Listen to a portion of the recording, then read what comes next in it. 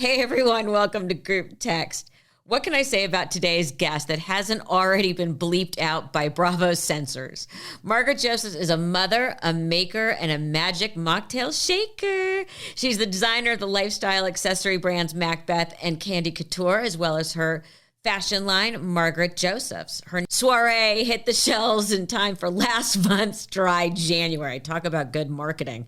And both her podcast and her memoir explore Margaret's go-get-em attitude towards life and business, and they even share the same title, which I love. Caviar Dreams, Tuna Fish Budget. Frickin' brilliant. Margaret is back for season 13 of Bravo's hit series, Real Housewives of New Jersey. New episodes every Tuesday at 9. Please welcome Margaret Josephs. Oh my God, your intro is flipping exhausting. I know. Oh, Melissa, I'm so sorry. I mean, listen, but I'm an old lady, so I've lived a long life. So there's a lot to say, you know? Oh, you are you are so not an old lady. But before we get started on season 13, you've said something really interesting, and I use the same phrase. You're not from the lucky sperm club. Yes. I grew up with a single mother, Hungarian immigrant.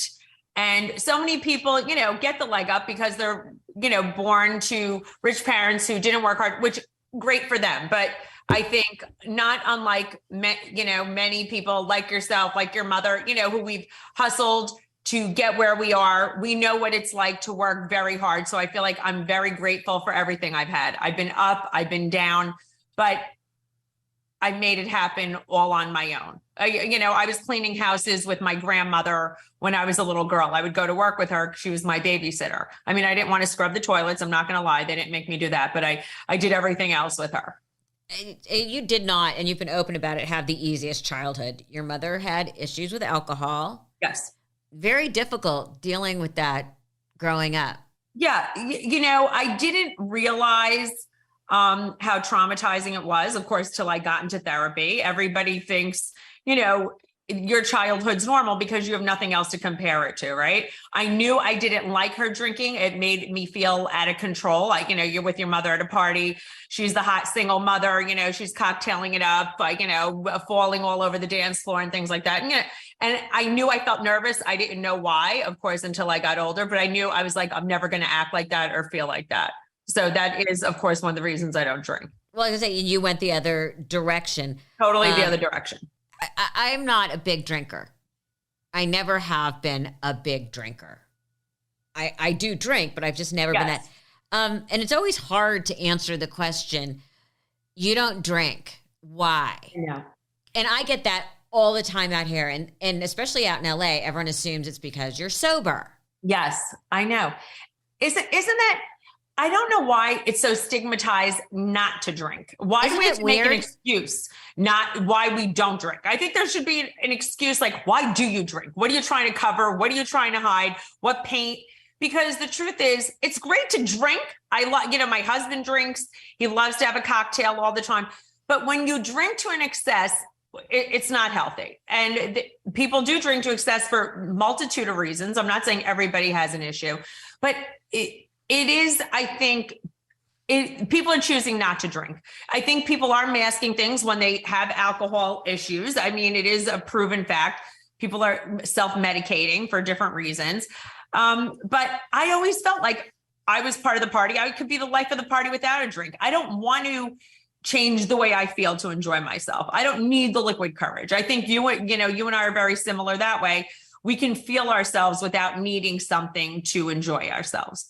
I find myself a lot when people ask me, I have to say no, and then I have to follow it up with, and you just spoke to this, no, I'm not in the program. Yes. But I feel like that shouldn't be the first thing that comes out of my mouth, that I'm defending that I can drink, but I don't.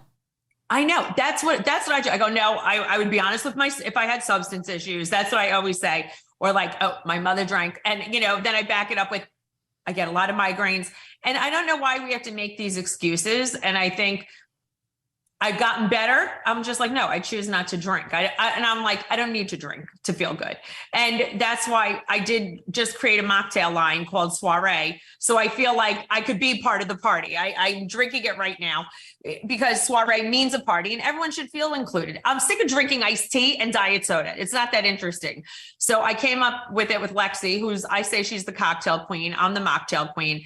And it's elevated flavors. I'm drinking the margarita. It's passion fruit, rose, and guava. We have a cucumber one that's cucumber, lychee, mint, and elderflower. But it's 45 calories. It's all natural. A baby could drink it. It's sweetened with cane sugar, but it's only 9 grams of sugar, lightly sparkling. It has no mind mellowing alternatives because people who do have substance issues don't need that either. So anybody could drink it and you could sip it or spike it. And I think it was important for me to I want everybody to feel included and not to have to make excuses. And it's a lot of fun. And I was like, this really speaks to me. So I needed to come out with something for people like us. Yeah, you just made me thirsty. And I'm not going to lie. I might at one point put a little splash of something in mine. No, you could totally spike it. Exactly. You meant, we just started talking about your childhood and when did you become aware of the existence of privilege? I caught on very early. I caught on very early. I think my mother showed me very early also because my mother obviously grew up without any money either. And it was very important for her that I dressed a certain way. Even though we didn't have a lot of money, she made sure I dressed a certain way. It was a certain thing to have a certain image. So she would spend her last dollar on a lipstick. So we always looked the part. But I knew she worked very hard. She was a single mother. We didn't live in a nicer house till I got older. We lived in a 1-bedroom apartment. But I picked up on it very quickly that other people had things. They had the big house with the pool. They had different things. I never felt I went without, but I caught on very quickly. It was important to elevate yourself. My mother made that very well known to me at a young age. My mother was always looking to work harder, to achieve success. And I knew that, I picked up on it quick. I'm talking by the age of 7. And did you look around and go, I want this? I looked around and just said, I'm going to work hard to have this. I watched my mother work hard and I just knew that if you worked hard, you can have whatever you want. And I think my mother, that's what she instilled in me, especially coming from immigrant parents and her being an immigrant herself, that she just worked hard to achieve and get more and hustle and have the hustle mentality. And I knew even where I grew up in Mahopac, New York, which was a lovely town on a lake, but I was like, get me the hell out of here. It's interesting you bring up the whole immigrant mentality because my father was an immigrant and my mother's was first generation. Both of her parents were immigrants. And I do find that there's a different mindset. And there's tons of people that work hard and people who change their circumstances radically.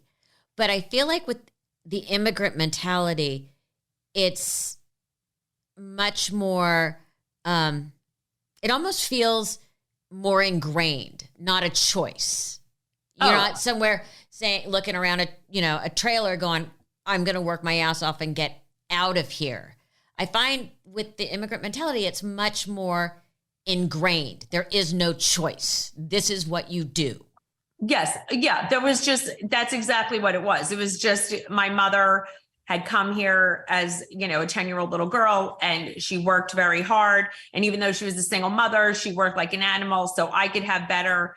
And then she was just like, there's no way you're not going to college and you're going to work like a maniac. You're not going to depend on some guy everybody was, even I worked all my way through high school. My grandparents were like, well, where's your job? What are you doing? You have to work hard. You have to save your money. I absolutely agree with you. There's just no choice but to do better. And every generation should do better. That's what you do for your family coming from immigrant parents. And I agree with you. And yet now you sit here, part of a franchise that is all about women living these spectacular lives. And you joined in New Jersey in 2017 for its 8th season. It's true. It's true. But I came on as a different type of housewife. I happened to have come on the year I had a horrible lawsuit and I had taken a very bad hit and not sitting at the top of my game like I was a few years prior to that. But I also came on as a different type of woman who was successful in her own right, who wasn't just being supported only by her husband. Listen, I was not a stay-at-home mom and had made it on her own. So I think I did change New Jersey a little way to show a different type of housewife of New Jersey. How did they find you? I always say this in season 6, when I had met your mom, and she had a party for myself and Amy Rosenblum at her magnificent home. I was going to get my own show, which did not come to fruition, called Pigtails and Power Tools. The Housewives had come to me that year and I couldn't do it because I was snotty and I was like, I'm getting my own thing. And it didn't happen. Timing wasn't great. So by the time season 8 rolled around, they were looking for the next housewife. I just moved into this big old house that I have. My bank account, believe it or not, was frozen from business. I had a horrible lawsuit. And I said to Joe, I think timing's right. It happened very quickly. Within a few weeks, they had known me already. And I just got on the show. How did they find you in the first place? I think because I did a lot of lifestyle expert stuff. I was always on news channels, Margaret's picks for the holidays, all things like that, how to throw a party on a budget. I was always doing that. I always had a product line. Obviously, I was a little kooky. I had the pigtails, which is that story where your mother said to me, don't ever, when I had went to Joan's house, and she was so sweet and lovely and so humble, she pulled me aside and said, listen, she goes, you're different. Don't ever change who you are. Don't take out those pigtails, no matter what anybody says. And, that was a very big sound piece of advice, because even my own network, nothing against NBC, Today Show didn't want to put me on. I wasn't middle America enough. And I said, you're right. I'm not going to take out the pigtails. I'm not going to be different. She goes, you're different.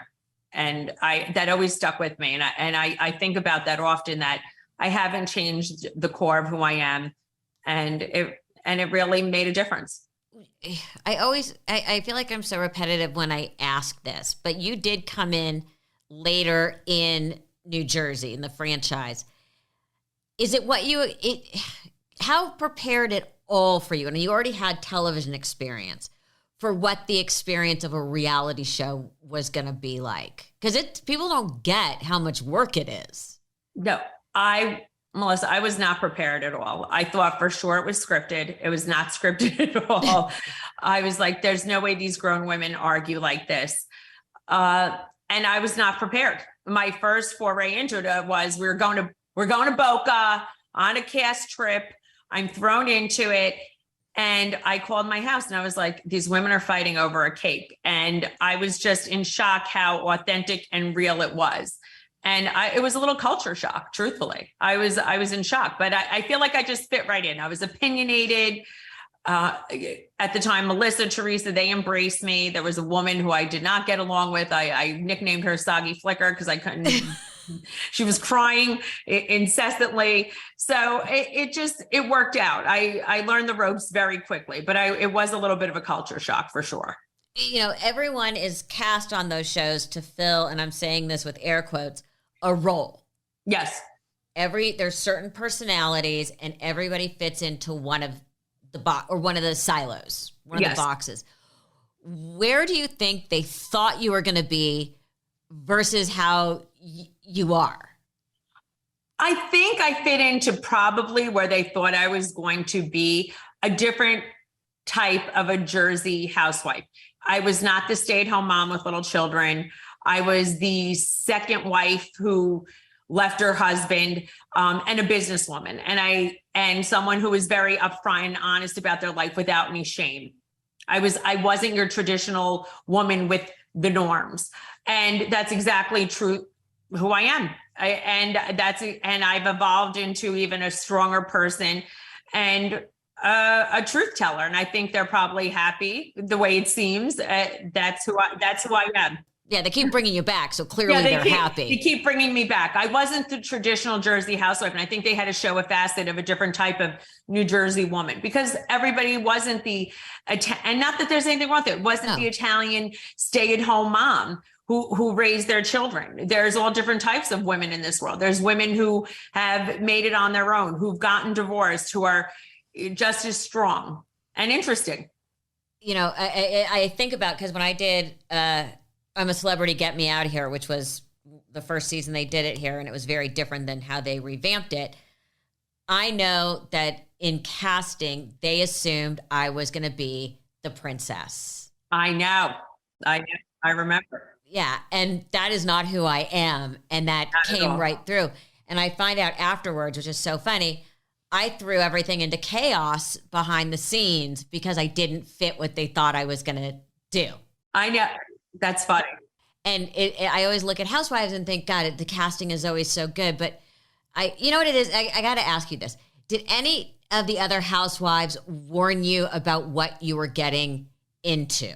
They didn't, because I didn't know any of them, really. I knew Siggy a little bit, but I think she hated me. So she didn't forewarn me.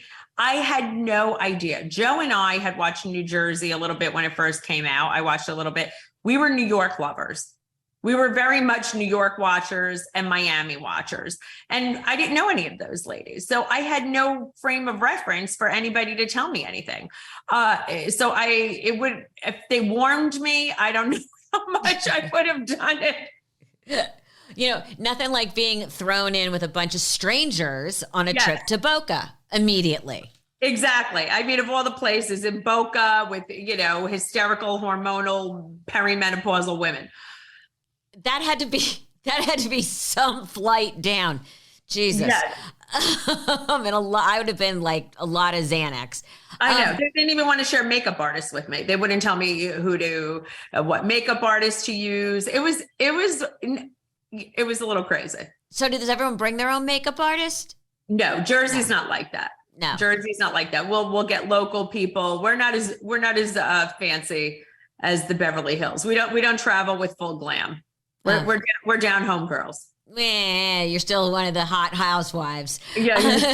Something tells me that you always look in the mirror as one should before they leave the house. Oh yeah, I definitely look in the mirror as one should before they leave the house, and I've definitely had my face fixed a little bit more than once since I've gotten on the show. I had to do a little nip and tuck there. What'd you do? I've had a facelift. I of course have had my teeth done, my veneers.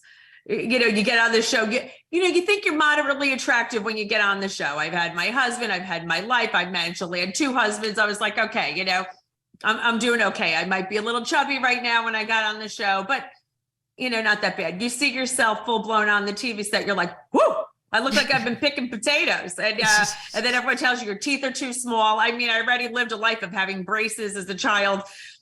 And I was like, oh, wow, I didn't realize my teeth are too small for my mouth. And then everyone was like, Marge, you talk out of the side of your mouth. The way your mouth moves, your face, it's crooked. And I said, Joe, is my mouth crooked? He goes, oh, yeah, for sure. I said, for sure. I do that. And I was like, oh, Jesus. So, because I know a lot of the housewives here, I can't remember which one, took so much crap online about her appearance and that she didn't dress as fancy as the other women, to the point where 2 of the other housewives took her under their wing and completely revamped her. Oh, that was very nice of them. That was very nice of them. I feel like I liked my kookier style. I do come from more of a fashion type background. I don't dress like the other Jersey girls. That's okay with me. I definitely, even my house, people will insult my home. I have a classic Tudor house. I adore it. Jeff Lewis loves it. That's good enough for me. And what was the first thing I said to you when we got on? Yes. Oh my God, are those walls black lacquer? Exactly. Exactly. If you love it, that's good with me. I love your style. So that's great. If people know, they know. If they know, they know. That's always where I leave it. Was it strange the first time someone came up to you in public? It was. I was very flattered. I was surprised people recognized me. They recognized me by my voice a lot more sometimes than the way I look, because a lot of times, I'll have my hair up, I'll have the pigtails, I'll wear a bob. I change my hair a lot with hair pieces. I look very different without makeup.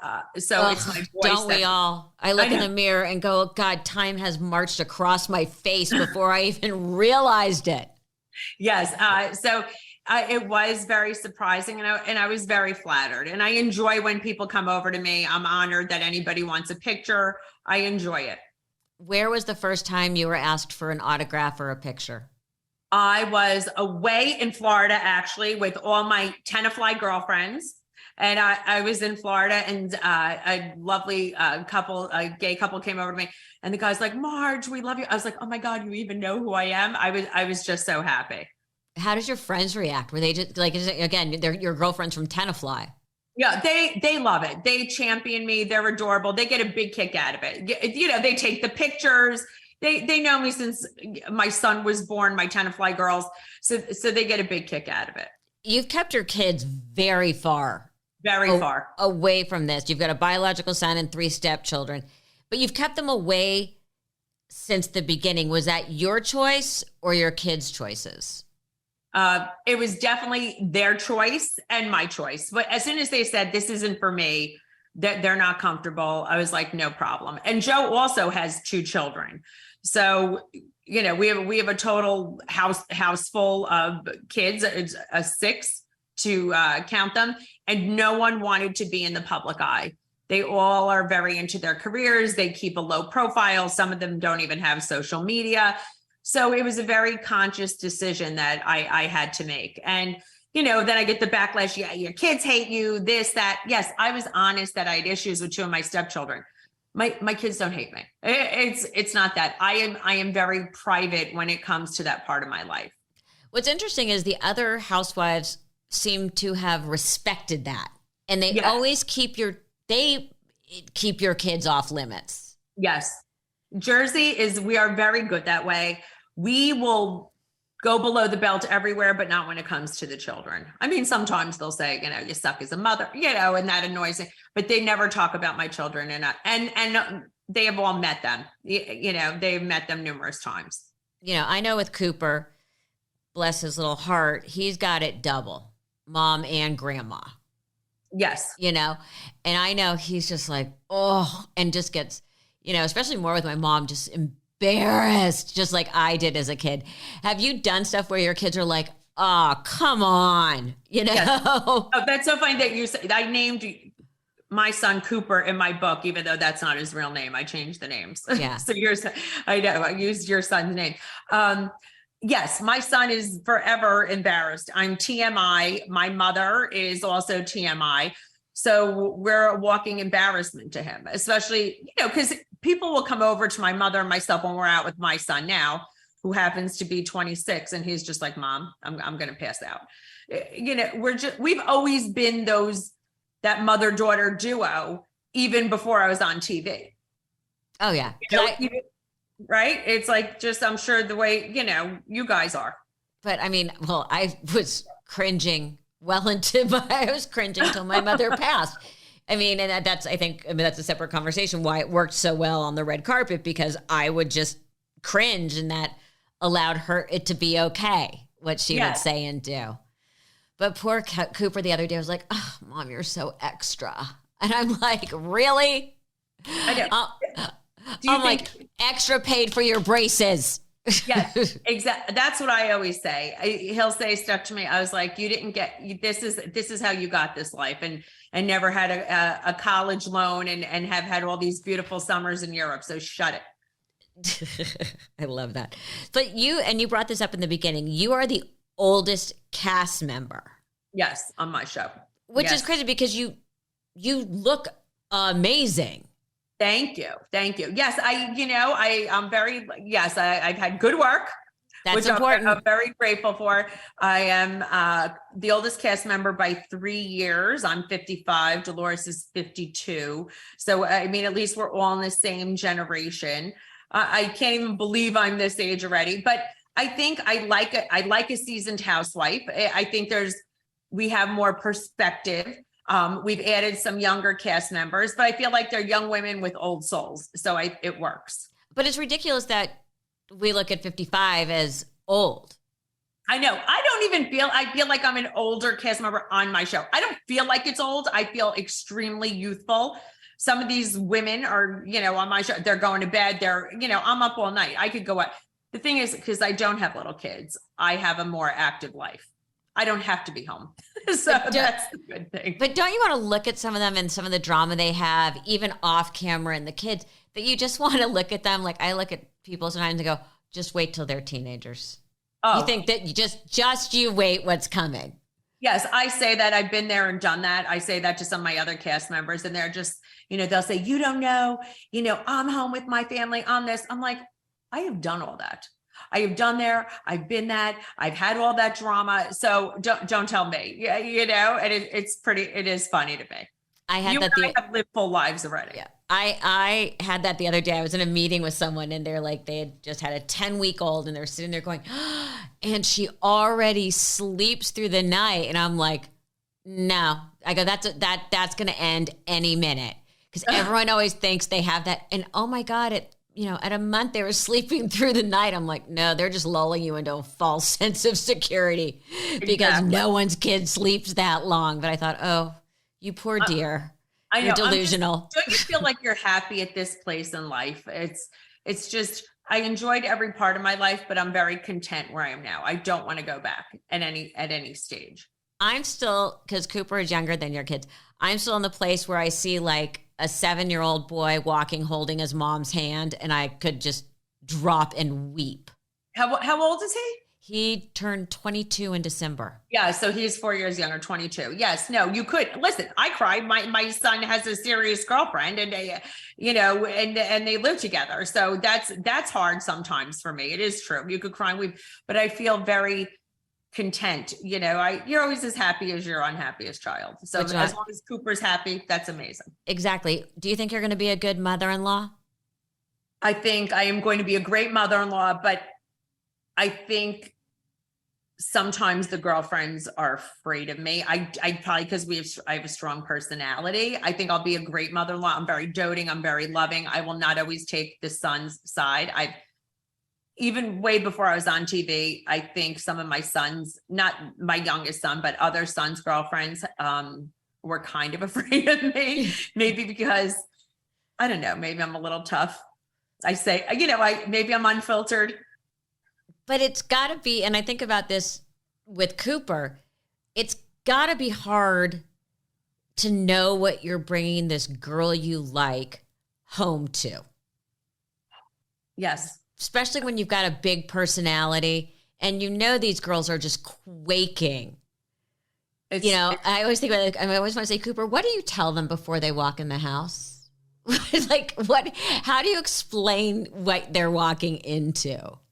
It's true. It's like, how are they, it's hard enough to meet your boyfriend's parents, and then let alone meet your boyfriend's mother, and she's Melissa Rivers, iconic woman, or just, them bringing, or walking into your house. You're on TV house, and they've only seen me, let alone on TV. And then, I'm very a hovering mother. The boys are, the kids are like the center of my universe. Even Joe's son, I think I scared off one of his girlfriends once. I was like, she's not for us. That was one of my lines. I was like, she's, this is before I was ever on, I wasn't on Housewives yet. I was like, she's not for us. They're just the way I said, and he's like, wait a minute. I'm like, we're not feeling it. And I mean, he wanted to marry this girl. I was like, take my word. She's got to go, and then when they broke up and, she sent him like a Dear John letter, I made sure the engagement ring came back. I sent her a FedEx envelope insured. And I was like, don't pull any stunts. I love that, because I always joke the grandma's ring is on loan. Yes, exactly. It will be on loan, as will the china and the silver. You only get it while you have him. Yeah, they have to know. They have to know their place. And I think once they comply to the fact that they'll still be living with me, it's all good. Exactly. I know. I would say to Joe, I want the kids to live next door. I want the kids. And he's like, Margaret, you're insane. No, a compound sounds perfect. A family compound. That's what I always wanted, a family compound. I see nothing wrong in that thought process. Okay, I got to get shallow. You love fashion, and you have 3 lines. Were you always into trends? I was always into trends. I always loved fashion. My mother always dressed me up. I was always into crazy outfits. Yes, very much so. But the world, everybody can't afford everything expensive. So everything I make is really for the masses. Yeah, it's the price point. It's having it's and my mother had the same thing, and we continue that with her QVC line. Things can be beautiful and accessible. Yes, and I think that's what it was, affordable luxury. I learned that once I got into licensing. I was a little bit of a snot prior to that, and then I realized it was very important to make something that everybody could afford. And that's done very well for me. So I have a beauty line in Walmart beauty accessories called Candy Couture that's done very well for a long time. Fabulous makeup brushes that are great quality, beauty blenders, all beauty tools. And I've been doing that for years. And that's just done great for me. Who are your, New York Fashion Week and everything, who are your favorite current designers? Oh my God. My favorite current designers, anything by Gucci, I love, but that's not attainable for anybody, No, but I mean, just if you could wave a wand, I would wear anything Gucci because it's been, it's print driven, but it's classic. I just love it. So that's something I would just always wear. If I could only wear one designer, it'd be Gucci. I just love it. And is that for accessories too? Yeah, yes. I'm not, so many people are Chanel. I wear Gucci. That's what I love. Be it shoes, be it my belts, my bags, anything. If Joe says, what do you want? I'll say, get me something from Gucci. My mother will get me a Gucci gift certificate. Today I'm wearing a print. This happens to be Diane von Furstenberg. I like anything print driven, somebody who has a point of view. I'll do that. But I mean, I go every level though. I'll wear stuff from Zara. Oh yeah. I mix Zara in. I really wear everything. I'm a big Zimmerman wearer. Mm-hmm. I wear a lot of Zimmerman. I'm always buying from them. So I mix it all up. You have to. Yes. You have to. I mean, I always laugh because when I was in Target picking up all of Cooper's college stuff, Sabrina, my longtime assistant, was with us. She's Cooper's godmother. And both of us managed to walk out with all of Cooper's stuff. He was with us. And we both found T-shirts as well. I know, of course. You can find something anywhere. It's the way you mix it together. And I feel that way. I find something wherever I shop too. Target, you could get great T-shirts there, wherever. How would you define your personal style? And how do you, prints can be tough. I know. I have a big thing. I love to mix the print. I would say I am a rock and roll socialite. Okay. I would call it like a rock and roll socialite. Marilyn Monroe meets Bianca Jagger. Something, I really do feel it's like that because it does have a little vintage classic vibe, but mixed in with a little rock and roll. Because of course, I do have a few tattoos. I always wanted my home to be like the Chateau Marmont, but like with a little socialite vibe mixed in. Someone could have had a drug overdose but didn't die. Exactly. I was going to say, but not the ones where people have died. No. But someone where the party was just so crazy. And I feel like that's really my personal style and the way I dress also. I'm very 70s. I love the 70s. I grew up as a little girl in the 70s and I have a big affinity for that. I want to talk again about Soiree. Yes, because thank you. A lot of people drank a whole lot more during the pandemic. Yes. So is that you launched a mocktail? How did you know, other than dry January, that this was the right time? I would have liked to launch it in the summer, truthfully, but I did a lot of research after the pandemic. Besides the fact that it was just authentic to me, Lexi, who's worked with me for 15 years, I could not have a life or business without Lexi. We spoke about it for a while and we did a lot of research, and the trend is for people are choosing not to drink after the pandemic. I think people wanted to get healthier. They were saying, they didn't feel so great after they drank. And the trend over the next 10 years is the trend of non-alcoholic beverages. And we saw a little niche. I mean, there's other celebrities who are much bigger than myself. Blake Lively came out with Betty Buzz. That's more of like a mixer. And I said, this is something that's going to really grow because people want to be more health conscious. but they need an elevated beverage to do it. And I said, and that's so on brand for me. So I worked with the flavor house. So I wanted elevated flavors, and I've been working on this for a little over a year, and it took longer. I knew nothing about the beverage industry. And we said, you know what, if we couldn't come out with it by the end of the summer, we are going to hold off till dry January. And it was a perfect time to launch. It's just going to be going into retailers as well, local supermarkets, some liquor stores. And I really think it's going to be great. The most searched term on TikTok, I think it's like, is like sober curious. And sober curious. I think it was like 8.5 million times a day. Wow. So I find it fascinating because I know with perfumes, the process. What is the process with drilling down the flavors? Where does it start? Do you say, I want something that tastes like XYZ? And it's fascinating to me. What is the process? It's funny. I didn't want anything that mimicked an alcoholic beverage, because then I was like, you don't want to trick people into thinking it's like a faux alcohol. I didn't want something like that, because people who do have a drinking issue don't need to be tricked into saying, I want it to taste like this. I just talked to like a few mixologists, what flavors go well together. And I was like, that's really what I did. I work with the flavor house, and I thought of like, what flavors do I like that taste good together? And we work that way. So I worked the flavor house back and forth. I mean, I knew nothing about this. Lexi and I literally learned on the fly. Listen, cucumber tastes great with mint, right?